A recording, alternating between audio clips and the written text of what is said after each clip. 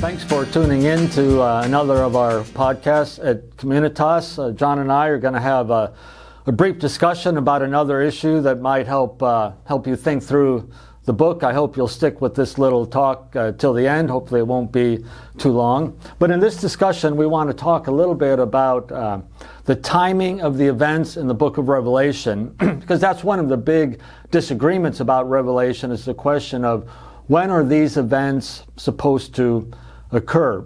And in the very first sermon on Revelation, if you remember that, I presented one of the options, how it's often interpreted, and I suggested that is not the best way, and we kind of went on to suggest an alternative. But we just want to talk through what are those options and maybe a little bit why we have the approach at Communitas that we're taking in this series.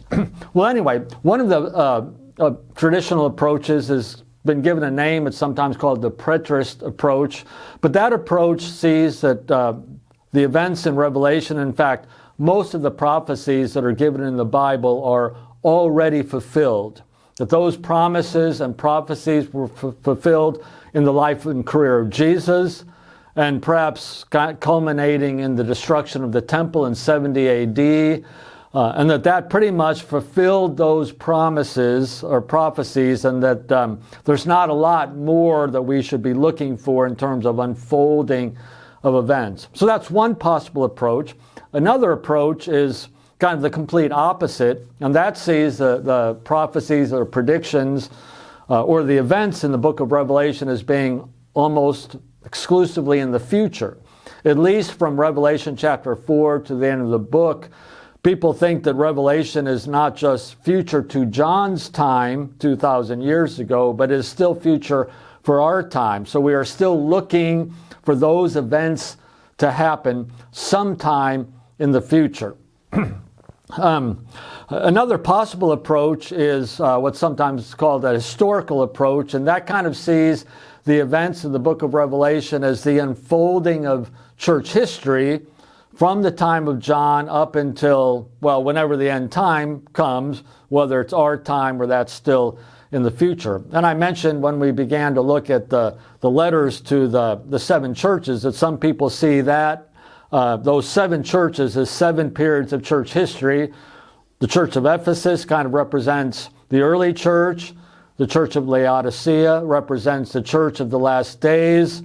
And again, often I mention that people who take that approach think that we are now in the Laodicean church, and we are in that time period.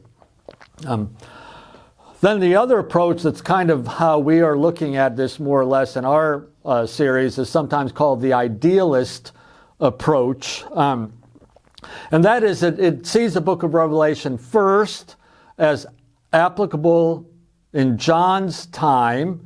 Everything, all the events, all the things that are unfolding there, it gives people a perspective about their own day.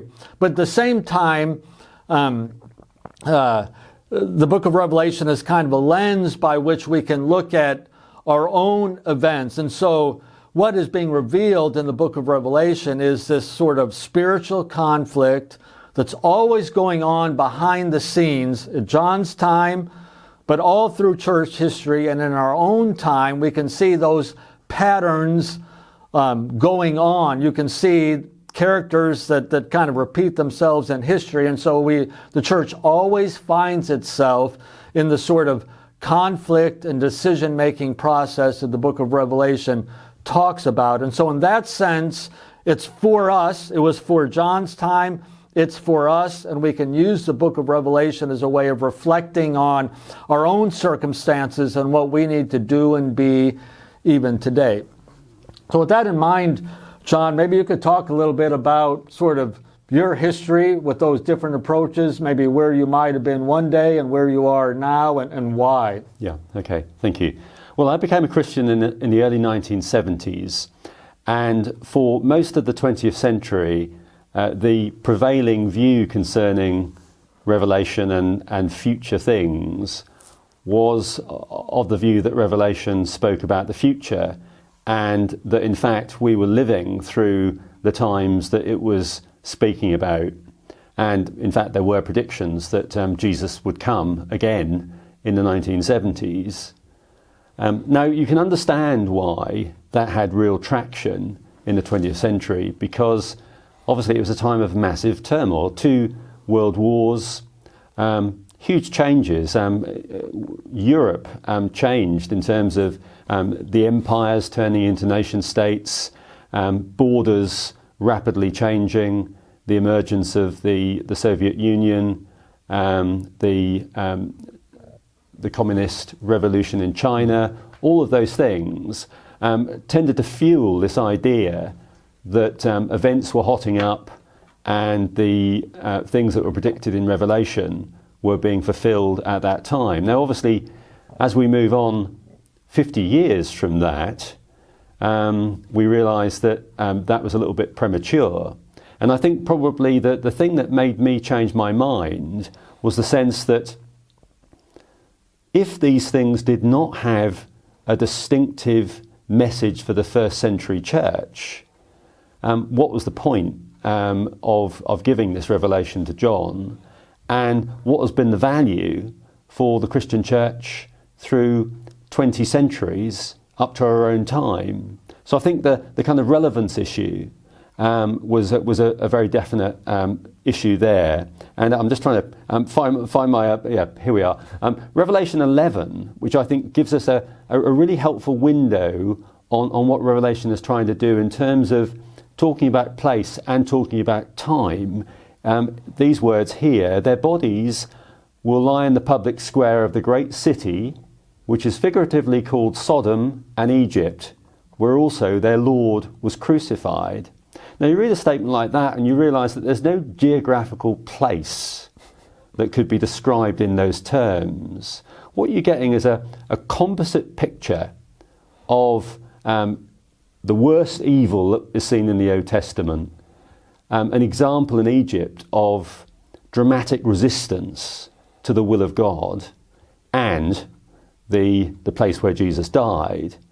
And arguably, the book of Revelation is giving us the idea that the church will experience suffering, it will testify to the grace of God, and it has the hope of continuance and triumph. And that seems to be the motif that's kind of going around and round and round, and that's a feature throughout 2,000 years of church history, rather than zoning in on one small period in the 20th century or the 21st century.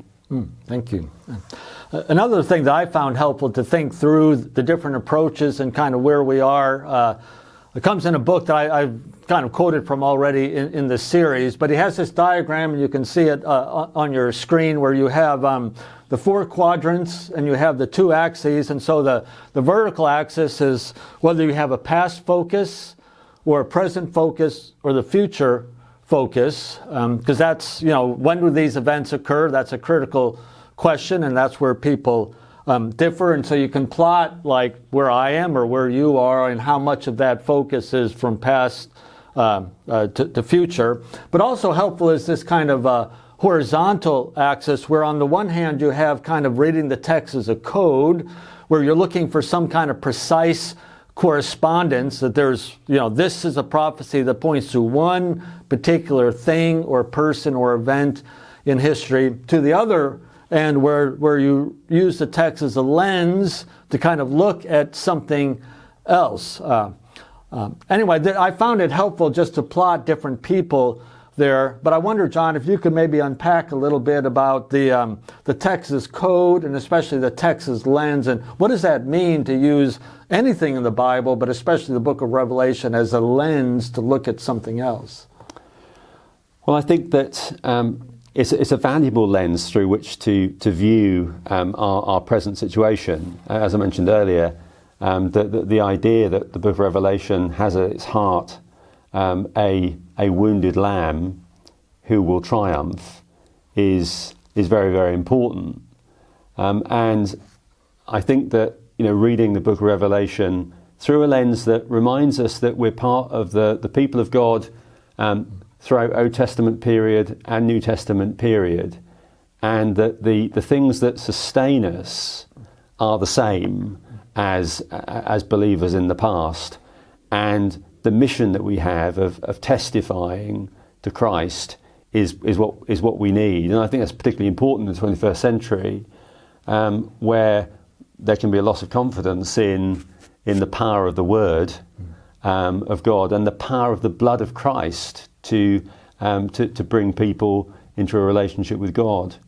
I mean, my misgiving about the code is that possibly people make a mistake about the code. They kind of think of it in terms of mystery or enigma, where in fact code is coming back to those words we read in chapter 11, the gathering together of some very familiar bits of apocalyptic language to build a composite picture that everyone recognises. In fact, classically, the code is like the political cartoon.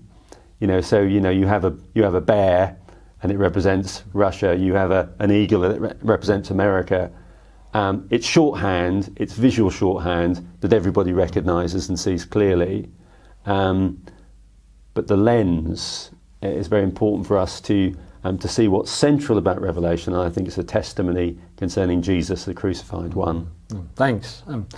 As you listen in this series, there's different of us who are preaching some of the sermons, and you could probably plot each of us somewhere on this graph. I'm definitely somewhere in the top right corner without question, but John might be a little bit different place, and Nenad and Tom's, others might be a slightly different place. So you might detect some slight differences in our approach, but that's a good thing. It's a complicated book. It's good to get different perspectives, but those differences are because we have a particular way of looking at Revelation, and we're trying to sort that out. But in any case, you can keep your ears open to where we are in the time frame of Revelation, and especially how we can use Revelation to look at our own circumstances in life and have the truth revealed to us, about what's going on, so that we see reality truly. Thanks for joining this podcast. Thank you.